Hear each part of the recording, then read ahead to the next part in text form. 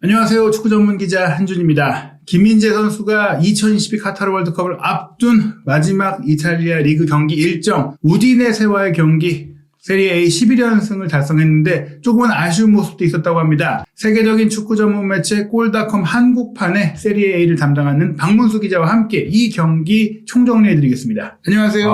안녕하세요. 나폴리가 또 이겼습니다. 네, 나폴리가 15라운드였죠. 우디네세와의 홈경기에서 오시멘과 지엘린스키 그리고 엘마스 연속 득점에 힘입어서 3대2로 승리를 거뒀는데요. 승점 41점을 기록하면서 물론 한 경기 덜 치른 것도 있긴 한데 전체적으로 사실상 거의 독주체제를 가동했다 해도 과언이 아닐 만큼 좋은 흐름을 이어가고 있습니다. 지금 유벤투스가 초반에 부진하다가 치고 올라왔지만 워낙에 이른 승점을 바탕으로 28점밖에 안 되고 지난 시즌 우승팀인 밀란도 물론 말씀하신 대로 아직 이제 나폴리가 먼저 경기를 치렀기 때문이라도 10점 차가 난다는 건 나폴리가 충분히 이제 우승을 기대할 수 있는 상황이라고 볼 수 있겠는데 나폴리가 사실 마라도나가 뛰었던 그 1990년 이후 우승을 못했기 때문에 정말 대단한 시점이라고 할 수 있겠고요. 그리고 이 리그 11연승을 기록하고 있는 것도 대단한 기록 아니에요? 네, 마라도나 세대 때도 했지 못했던 기록인데요. 나폴리가 세리에 기준으로 했을 때 리그 11연승으로 구단 역사상 최초로 이런 기록을 세웠는데요. 여긴 써있지 않지만 나폴리가 올 시즌 15경기에서 초반 13승을 따냈잖아요.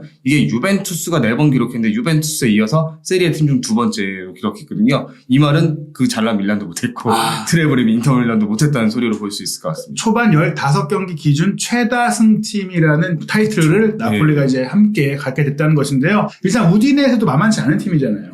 사실 우디네세도 최근 흐름은 좋지 않아도 9월만 해도 되게 상승세 타던 팀인데 수치를 보시면 아시겠지만 이 경기는 전체적으로 나폴리가 되게 주도했는데요. 물론 경기 막판이라든가 후반 초반 같은 경우는 우디네세가 되게 공격적인 흐름을 가져가긴 했어도 기대값도 그렇고 전체적으로 나폴리가 더 우세한 경기를 펼쳤다고 볼 수 있을 것 같습니다. 사실 이제 나폴리의 홈 경기라고 치더라도 우디네세는 이제 상위권 팀이고 점유율 68%인데다가 슈팅 숫자도 앞섰고 무엇보다 기대 득점이라는 것은 슈팅도 슈팅이지만 그 슈팅의 질이 골이 될 만한 기회였느냐를 보는 건데 그런 점에 있어서 나폴리는 거의 2골 정도를 만들 수 있는 경기를 했다는 것입니다. 이번 경기 득점 상황 살펴주시죠. 되게 이런 시간 나왔죠. 전반 15분에 엘마스가 올려준 크로스를 오시멘 선수가 헤더 슈팅으로 연결하면서 나폴리가 선제 득점을 가동했는데요. 기세를 이어가가지고 바로 또 득점에 성공했죠. 전반 31분 같은 경우는 이번에는 로사노가 내준 패스를 지엘린스키가 트래핑에 의한 마무리로 2대0으로 또 리드를 잡아요. 여기서 또 후반 13분에는 이게 나폴리의 전형적인 그 공격 장면이라 할 수 있는데 앙기사 선수가 찔러주고 왼쪽에서 엘마스 선수가 침투를 한 다음에 이 상황에서 엘마스 선수가 한 번에 트래핑에 이어가지고 문전에서 다시 한번 마무리를 지으면서 3대0까지 리드를 잡았어요. 그 중요한 것이 사실은 이제 골이 빠르게 나온 것도 있지만 여러 선수들에게서 다양한 패턴으로 나왔다는 것. 특히 최근에 오시멘 선수의 폼도 굉장히 좋잖아요. 굉장히 좋죠.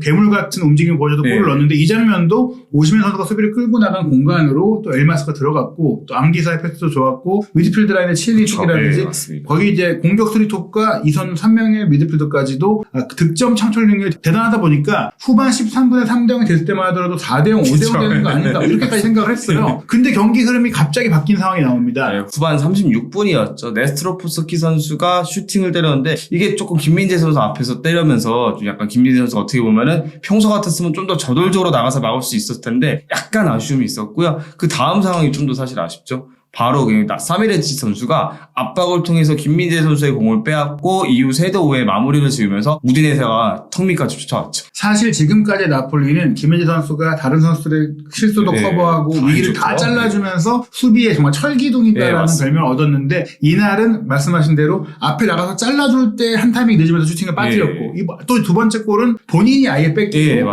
쫓아가 봤지만 사실 원래 쫓아가서 끊어내잖아요. 근데 못 따라갔어요. 아무래도 지친 기색이 좀 역력해 보이지 않나 싶더라고요. 실제로 경기 보시는 분들 아시겠지만은 후반 40분쯤에는 되게 약간 좀 털썩 주저앉은 모습이 있었는데 이게 물론 실점한 것에 대한 아쉬움일 수도 있겠지만 최근 김민재 선수 경기 보면은 잠깐 후반 막판 되면 약간 지친 모습이 많이 보였잖아요. 아무래도 김민재 선수가 스페치야 하필 또 추석 내 그 경기죠. 그 경기를 제외한 나머지 경기에서 거의 풀타임 출전하고 있으니까 아무리 수비수일지라도 체력적인 문제가 있지 않을까 싶어요. 그리고 오늘 경기 같은 경우도 중간에 주앙 제주스는 나가고 웨스티고르는 들어왔는데 김민재 선수는 끝까지 쓰고 있더라고요. 아무래도 그런 면에서 봤을 때는 체력적인 문제가 있지 않을까 싶습니다. 사실 조금 김민재 선수를 좀 비판하는 게 좀 무리인 게 예. 오시멘도 뭐 부상이 있긴 해서 로테이션 돌고 있죠. 뭐 로사노든지 뭐 엘마스든지 크바라첼레도 지금 부상이라 빠지긴 했지만 공격 라인 다 로테이션 되죠. 미드필드에 원돈벨레도 있죠. 그리고 뭐 수비 라인 풀백도 뭐 디로렌초를 빼고는 다 로테이션이 되고 있는 가운데 사실 라흐만이 김민재가 두 주전 센터백이었는데 라흐만이가 빠진 가운데 웨스티고르하고 제주스가 이제 김민재 선수랑 번갈아가잖아요. 근데 이날은 웨스티고르하고 그 주황 제주스는 솔직히 올 시즌 출전 시간이 김민재 선수보다 훨씬 적은데 둘을 왜 바꿔줬느냐. 저는 김민재 선수를 뺄 줄 알았거든요. 저도 처음엔 김민재를 뺄 줄 알았는데 물론 후반 막판에 김민재 선수가 실수를 범한 것도 있긴 해도 만약에 진짜로 그 웨스티고르가 대신 뭐 김민재 선수 대신 들어왔으면은 더 많은 골을 내줘서 실제로 뭐 동점을 허용할 수도 있겠죠. 네, 그럴 정도 그런 불안감이 있으니까. 우디네세가 좋은 팀이었다라고 볼 수 있겠는데 그만큼 더 스팔레티 감독이 이렇게 14경기 연속 풀타임을 뛰고 있는 김민재 선수를 못 뺄 정도로 책임한다. 뭐 이렇게도 볼 수 있을 것 같습니다. 그리고 실제로 저희가 실점 장면들을 실수하는 것들을 보여드렸지만 사실 김민재 선수가 경기를 못한 건 아니잖아요. 그래서 마냥 못했다고 볼 수 없는 게 이 우디네세 공격수 베투 선수가 되게 피지컬이 좋아요. 뒷공간 침투 잘하는데 보시면 아시겠지만 김민재 선수가 뒤에서부터 따라가가지고 베투 선수를 따라잡는데요. 이 장면 같은 경우도 보시면 아시겠지만 어쨌든 네투 선수가 슈팅을 때리는 건 맞는데 김민재 선수가 뒤까지 가서 커버를 해주고 이후에 슈팅 각도를 좁혔기 때문에 네투가 어찌 보면 좋은 기회를 잡을 수 있었는데 이게 골키퍼 정면에 안긴 적도 있고요. 그 다음 장면도 마찬가지예요. 보시면은 우디네세가 공간을 빠르게 침투하려고 하면 김민재 선수가 아래까지 내려가가지고 뒷공간을 되게 빠르게 커버해주고 있었고요. 그 다음 장면 같은 경우는 이게 나폴리의 최근 흐름을 볼 수 있는 게 보시면 아시겠지만 후방에 김민재 선수 하나밖에 없잖아요. 이 말은 좌로 번쩍 우로 번쩍 해가지고 여러 방면에서 후방 자체를 혼자 커버하고 있다고 볼 수 있고요. 그 사실 이제 수비수라면 일반적으로 생각했을 때 풀백이나 미드필드보다 활동량이 적고 또 요즘에 공격수들도 전방 압박 많이 하니까 오히려 센터백들은 뭐 다이어 같은 선수가 활동량이 없는 거 아니냐 볼 수 있지만 나폴리는 라인이 굉장히 높고 뒷공간을 많이 남겨주는 데다가 김민재 선수가 풀백 뒤까지 커버하니까 지칠 수밖에 없는데 로테이션도 안 해주고 그러니까 사실 지금 보시는 시간들 좋은 플레이는 전반전에 나왔는데 후반전 들어서 조금 이제 지치게 된 겁니다. 그러다 보니까 이제 평점이 다 안 좋아요. 네, 김민재 선수가 이런 적이 없었는데 처음으로 5점대가 나왔죠. 5점대. 사실 7점대가 나왔는데 6점도 잘 안 나오거든요. 네, 6점대도 잘 안 나오는데 사실 폼몹은 말 그대로 좀 AI 기준으로 기록 기반을 했기 때문에 어쨌든 치명적인 실수가 있었기 때문에 평점이 낮을 수밖에 없는데 그중에서도 약간 눈에 띄는 게 경합 승률이 평소와 다르게 되게 0%예요.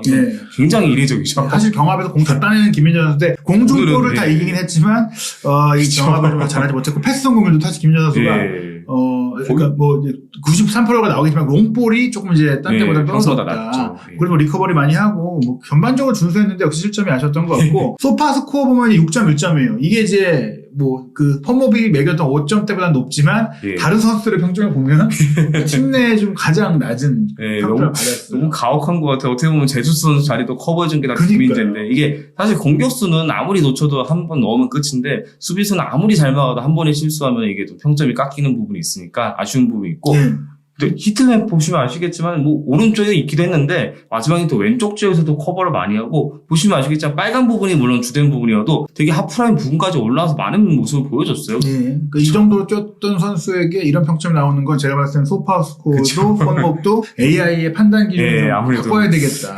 제대로 봐야 되겠다. 근데 사실 이게 AI가 아닌 이탈리아 기자들의 평점도 높진 않았어요. 사실 뭐 스카이 스포츠 같은 경우는 원래 평점이 낮기도 한데 오늘은 좀 유난히 바뀌었네요. 5점 처음 받았어요. 5점 처음 받았고 또 이제 이탈리아의 전국 신문으로서 또 이제 코리에르 델라세라는 김민재 선수에 대한 좋은 평가를 많이 하고 소개를 많이 드렸는데 오늘 평가가 이제 아무래도 네스트로프스키 선수는 뭐 그건 둘째치고 사미레치 선수한테 실점하는 과정에서 공을 내줬기 때문에 결국은 뭐 절망적인 모습이라 표현했는데 아무래도 그 두 번째 실점 장면에 좀 결정타가 되지 않았을까. 게다가 3분 사이에 두 골을 내주면서 3대 0이던 경기가 3대 2가 됐다는 건 사실 3대 0 정도 하면 게임 끝났다 하는 건데 3대 2면 다르죠. 솔직히 진짜 비기고 승점 놓칠 수 있는 거였기 때문에 이 책임을 좀 면할 수는 없어요. 지친 건 지친 건데 뭐 경기만 보면 판단하면 그럴 수 있고 뭐 투토 메르카토 웹이나 칼초 메르카토도 좀 평가가 좋진 않았어요. 사실 뭐 두 매체 모두 그냥 김민재 선수에 대해서는 되게 좋게 평가했는데 투토 같은 경우는 뭐 여기 나와 있지만 항상 승리했지만 이날은 근데 저는 이 과신했다는 말은 조금 개인적으로는 납득이 가지 않아요. 그러니까 사마르치를 좀 쉽게 생각하고 너 안일하게 한 거 아니냐 하지만 아닙니다. 과신한 게 아니라 사람 지치면 사람이 피곤하면 그렇게 될 수 있는 거예요. 그리고 이제 칼초 메르카토 같은 경우는 이제 뭐 사마르치 놓쳤다.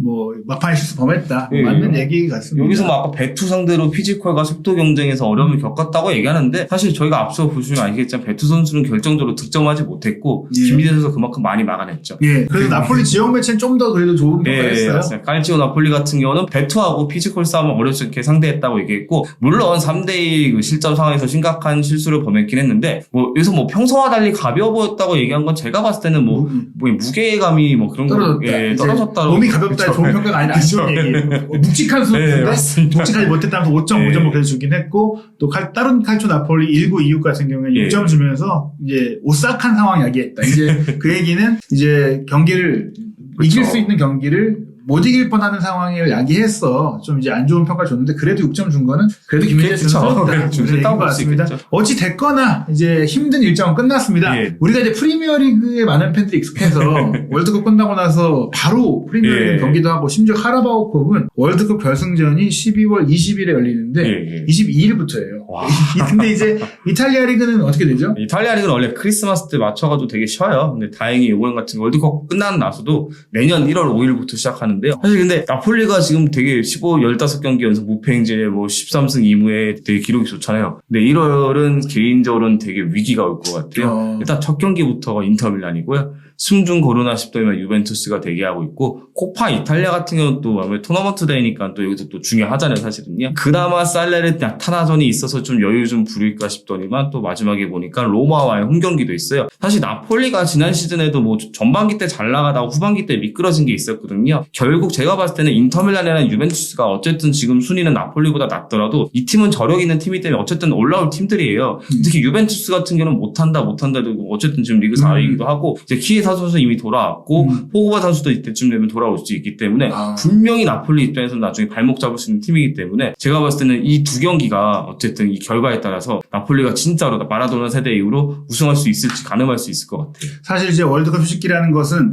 잘 나가던 팀 입장에서는 좋은 흐름이 끊겼다가 다시 시즌 시작된 느낌이 될 수도 있고 또 월드컵에 간 선수들의 몸 상태까지 생각했을 때는 어떻게 보면은 나폴리 입장에서는 인테르 원정 게다가 이게 홈경기가 아니니까 여기서 만약에 시즌 첫 번째 리그 패배를 당한다 약간 걱정이 될 수 있는데 여기서 또 유벤투스를 못 이긴다 그럼 다른 팀들이 쫓아올 수 있는 데다가 무리뉴의 로마가 또 원정 경기에서 오히려 좀 더 이제 실력은 축구를 하잖아요. 그러다 디발라가 사실은 이제 나폴리랑 이번에 경기할 때 없었는데 이때는 돌아올 수 있다는 걸 가정했을 때는 만약 1월 달에 3패를 당하면 진짜로 지금까지 쌓아놨던 상황들이 흔들리면서 또 지난 시즌에 악몽이 살아날 수 있어서 김민재 선수 입장에서도 이 1월 달에 뭐 이 경기 지친 것보다도 좀 잘 쉬고 또 준비한다면 좋을 것 같아요. 외람들 많은데 이탈리아가 월드컵에 못 나왔기 때문에 유벤투스는 이득이죠. 그렇죠. 이탈리아 대표 선수들이 많기 때문에 오히려 이제 이런 전통의 강호들 인테르나 뭐 유벤투스나 로마 같은 팀들은 월드컵에 안 나간 주력 선수 꽤 있다. 뭐 이런 부분들을 봤을 때는 나폴리가 정말로 우승을 하려면 이 1월달 일정이 중요하다고 볼 수 있겠습니다. 일단 나폴리는 쭉 쉬기 때문에 우리가 월드컵을 봐야 돼요.